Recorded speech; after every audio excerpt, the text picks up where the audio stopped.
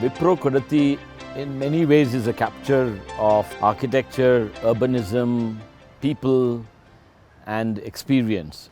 If we must in some way format this whole conglomeration to an experiential idea or a haptic idea, there has to be an implicit idea, a very explicit vision.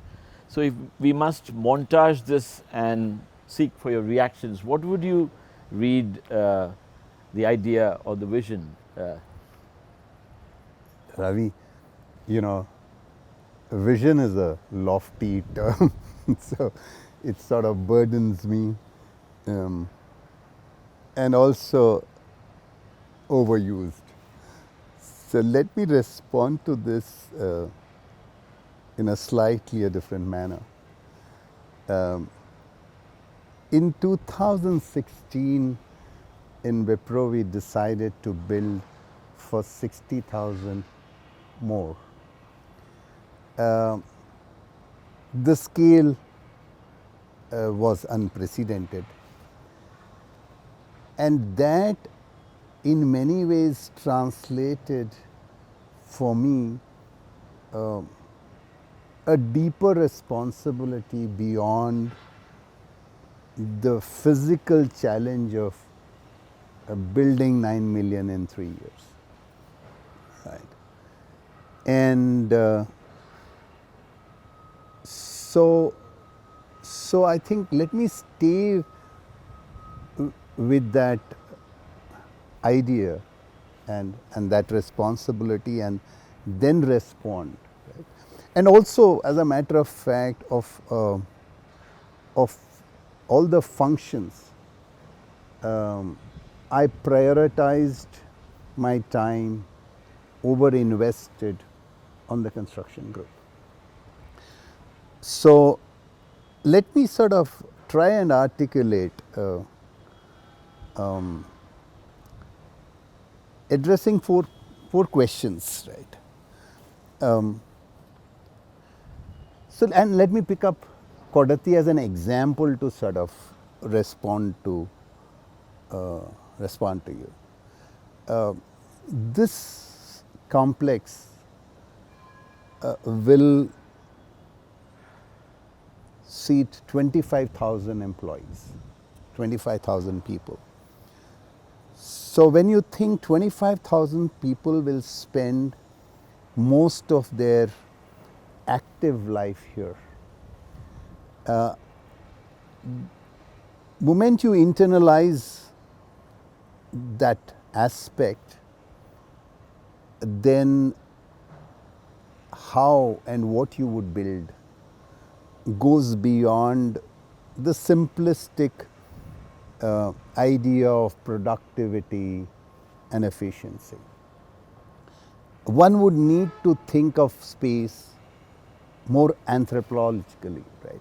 The anthropological aspects play in, and you need to sort of think of it as a living cognitive space. So in what we have tried doing here along with you is to build on that idea. We will get to the more nuanced details as we sort of go forward. The second bit is, if you look at the Indian city skylines, they seem to be made of buildings that are transported from the West. I've always found them slightly out of place in a tropical country. Right? And so in many ways, what you and VA has designed here, I would say is significantly different. So we, in many ways, dared to depart from a typical steel and glass. Right? And one would say that Kodathi is a more appropriate tropical design for commercial office space. Right. That's the second aspect of it. And the architecture here, we discussed and actually draws from the Belur Halebedu temples. And it also, in many ways, stands for what we as an organization value. In its solidly grounded, linear, horizontal podium from which you have 4 towers lean and rising up,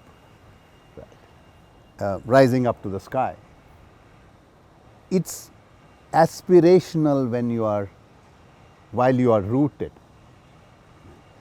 So I would say in Kodathi, we really dared to depart from typical, commercial office space, office buildings that you see in Indian cities. The third one is, it was important for us when we undertake a commercial office space development of this scale to do that in the urban context.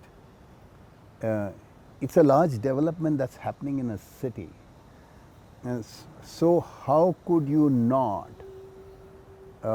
be deeply sensitive and considerate of the urban context?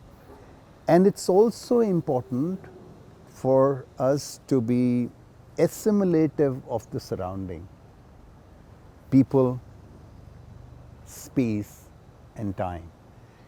And I think we've made our humble but sincere endeavor in responding to these, as best as we could in Kodathi.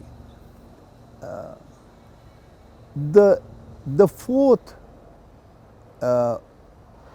aspect would be around sustainability. We are a resource scarce world, and it's so much real for us in this country. And we cannot but respond and do everything that we do in a manner that is ecologically and societally sustainable. So, in building this campus with less, more efficiently, faster, we've tried doing our best in pushing the idea of sustainability a little further. Right. That's why I think today we have, I would say, a building that would match global benchmarks on energy and water conservation. Also in terms of the green cover, and the aspiration is to be 70% self-sufficient in water. And design is central to it, in the sense, it's the second skin that's made this facility blind free and 100% daylit, right? And take for example, 42% of the space that is naturally ventilated. So I think, in summary, it's these deeper sensibilities beyond the physicality of, you know, construction and getting it done that's shaped our ideas for Absolutely. I think, especially as you accurately recognize that it's a huge volume of construct on a piece of land. And historically, Wipro has built many large campuses, has built a lot of real estate.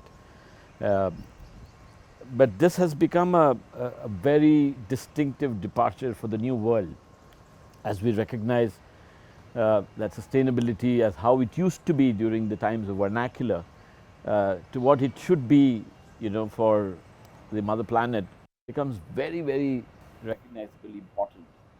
Uh, in such a space to go into a direction which is, I would say, not iconographic, it's very iconoclastic, which means it's not a corporate tower which is shooting high or making it very iconic, you know, in its visual connect. The architecture and the urbanity of the campus weaves like a kind of a labyrinth where there is landscape, there is terracotta, there is natural stone. You know, the cars are sort of hidden away from being visible, but it's a very pedestrian kind of a space. There are a lot of colors, there's art, there is, as you rightly recognize, the aspect of natural daylit workspaces. Every office area has a huge amount of ventilated space and a brightly well lit space. So in a way, it's an ideal world to be in a workspace or a living space in the tropics. So was this a kind of a preempted sort of idea, or was it, how would you recognize this whole connect? you know, that's why I would say the aspiration was the beginning.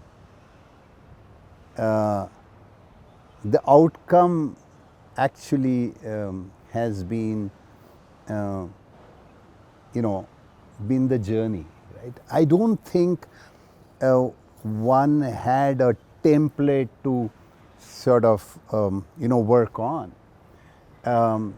But one had deep questions for inquiry, right?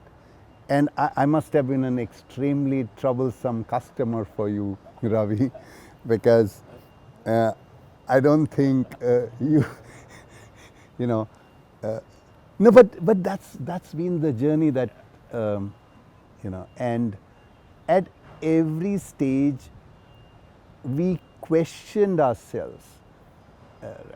How true are we to our aspirations? I don't think, you know, we've ever got close to anything that's ideal.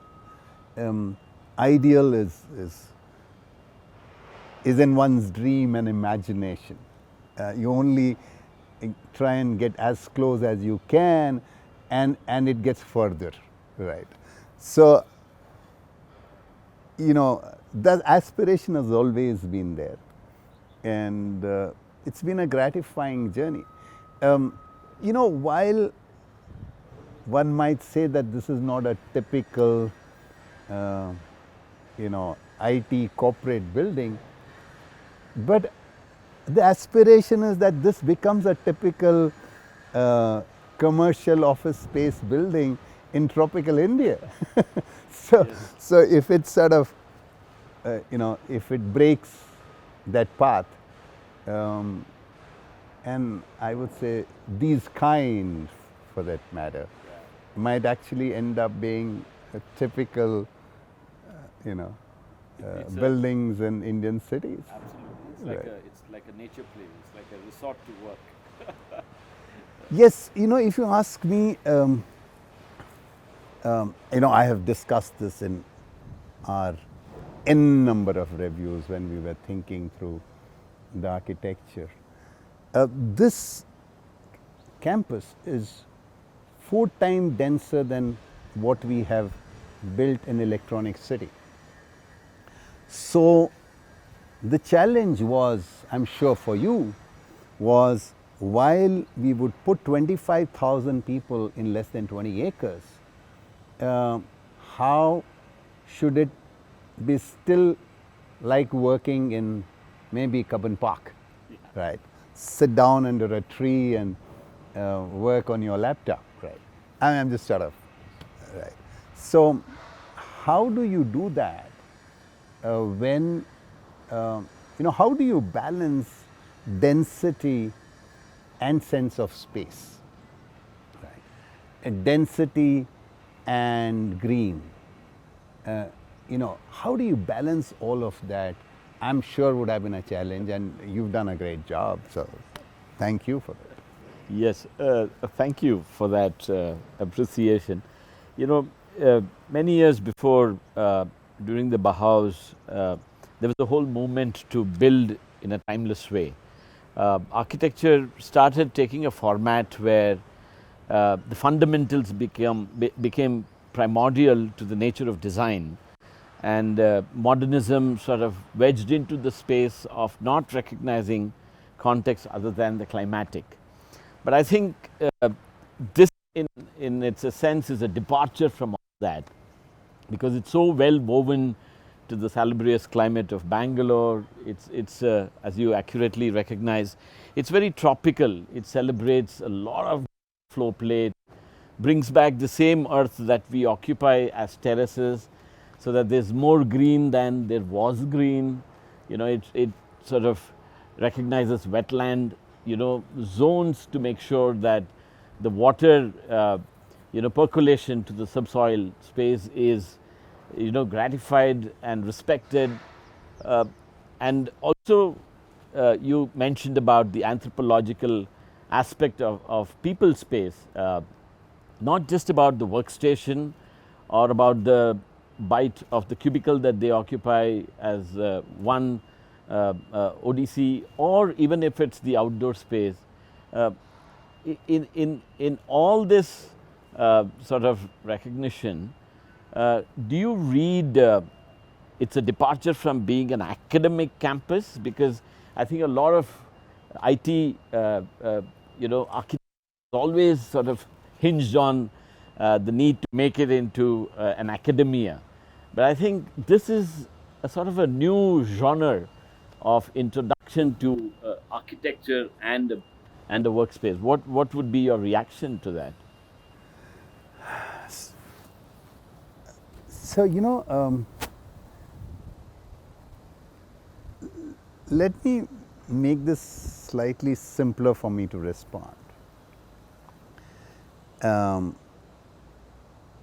There were two central aspects that was actually the driver for what we did and how we went about thinking of this campus. I sort of use those terms being ecologically and societally sustainable. It's a very broad and a deep idea, right? So people and ecology, when you put them at the center, then many of the answers become quite simple. The reason I use the term, or the reason I use the term living cognitive spaces and the ideas that are anthropological is because this space would house a large number of people and a large percentage of their active day, hence an active life. So if you see, we have used art that is meaningful and purposeful in place wherever we can, in place of a typical embellishment that, graphics and others that get used. The idea was, can these nudge the curiosity and sensibilities of people who occupy this space and who use this space, right? And that's why I use the term cognitive spaces. And we believe space and what we do with them influences people. And if you look at the number, what hit me hard in the initial years when we were thinking through, I wouldn't say I didn't have years to think through, but what to build, that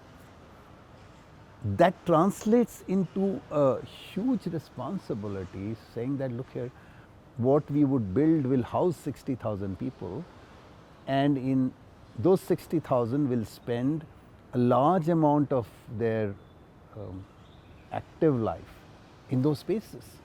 So then it would have to go beyond just your work desk being efficient, right? So I think those are the considerations that have driven what we have done here. For example, those two murals that we have, of one of Gandhi and Tagore here, right? And many other works of art. They are art with meaning and purpose. Right? They are meant to stoke people's sensibilities. It's meant to sort of, nudge them lightly, nudge their curiosities a bit. We have some craft. So all of that. So we've tried doing our best. At a very macro level, I mean, to build 9 million square feet as a master plan is a humongous task. A leaf is a tree and a tree is a leaf. In that sense, what we started to build together almost has a huge impact to recognize the skyline of the city, or to ideate a city space, the urbanity of what we can communicate to a larger state or a country or a community, or the people who build spaces of such kind to read this as a direction. So what were your sort of ideas around the aspect of a skyline or the print of the master plan? I mean, to build 9 million square feet, and then impact of what it makes to a city. No, Ravi, my response would be, honestly, I would not claim what we have done in building this 9 million is directional for the city or the country. It'll be a bit too much, right? But I would certainly say it's been an intense but a very humble effort, right? In responding to our own sensibilities, right? In the sense, what is at the core of this? We did not begin wanting to be directional or be an example. That was not the start point. The start point was just a sincere, honest response to our own beliefs and values, and that's it. That's the beginning, and the outcome ends there. If there is anything for anybody to pick up, it'll only be something, it'll do it'll go a little beyond what we have built. So honestly, I don't think that was the driver.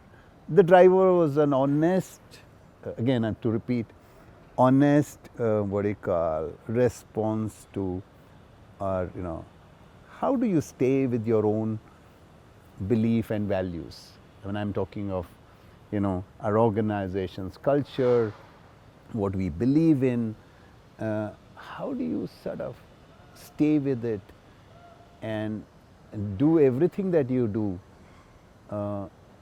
in line, and that's your own belief too. So I think, but it's been a very gratifying journey though, intense and gratifying. Very accurate. Many years back when I did a workshop at Acrosanti, with Paulo Soleri in Arizona, I was recognizing the idea for an architect to be non-inclusive to create an idea to a city. He almost came up with a position that everything that is built around is rubbish, and he's going to dictate to the world what the space will be and how it should be for people to live, to respect planet Earth. And he went on to actually vision to build a whole city by himself, investing without a client, and include people and make it into a vocational space. Going back into that plane of memory, I would request your reaction to our relationship. There is you being the architect of the idea, which includes so many gamuts of activity. And it's construction, it's finance, it's management, it's delivery, schedule. I mean, it is umpteen, and us as architects sort of weaving into that wedge. So I would request for your reciprocation. Okay, so let me sort of put that in perspective. I've had very good leaders who executed these projects. Construction was just another function, but of course, as I mentioned, I did over-invest. So it's a great team that actually built this. It's given the scale. They've all done a wonderful job. Right. So I wouldn't take credit for having constructed and done it with that speed. I would sort of say it's the team that's, actually has executed these massive projects. Right. And yes, amongst the functions I have, because of my own deep interest, and it was deeply personally gratifying, hence I have over-invested my time. Right. Now coming to how has it been working with VA and Ravi, right? A project of this scale, Ravi,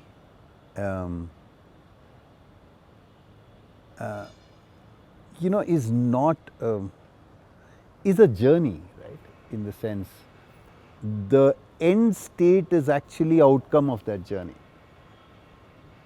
and in that journey, it's also important to be able to accept slight imperfections as perfect outcomes, even while you are aspiring for perfection, right?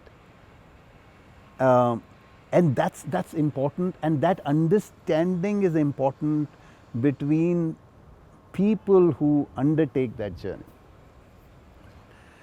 And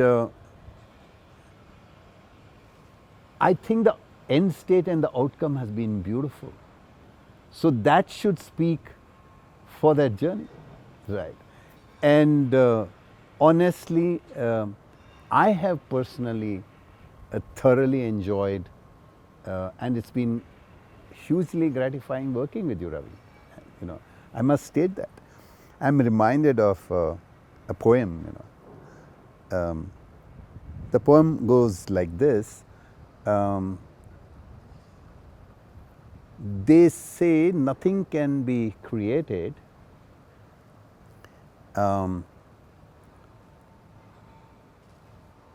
potter, you make pots. Create a cup. It doesn't matter, you cannot create clay. I think that's how it goes, right? So this has been a journey while one has aspired for a perfect outcome. That aspiration has always been there, with a deep understanding that you know, slight imperfections also can be perfect outcomes, right? Thank you. Absolutely. You know, it is to come to a space where you see green, you see sky, you can see the sun, and you can enjoy to be in the outdoor. I think that is the connect of being the tropical man or the woman. So it is, in some sense, for us also very gratifying. And I'll use your word and state that it's almost accurate to say it is a workspace which is austere and a tropical paradise. Thank you. Thank you.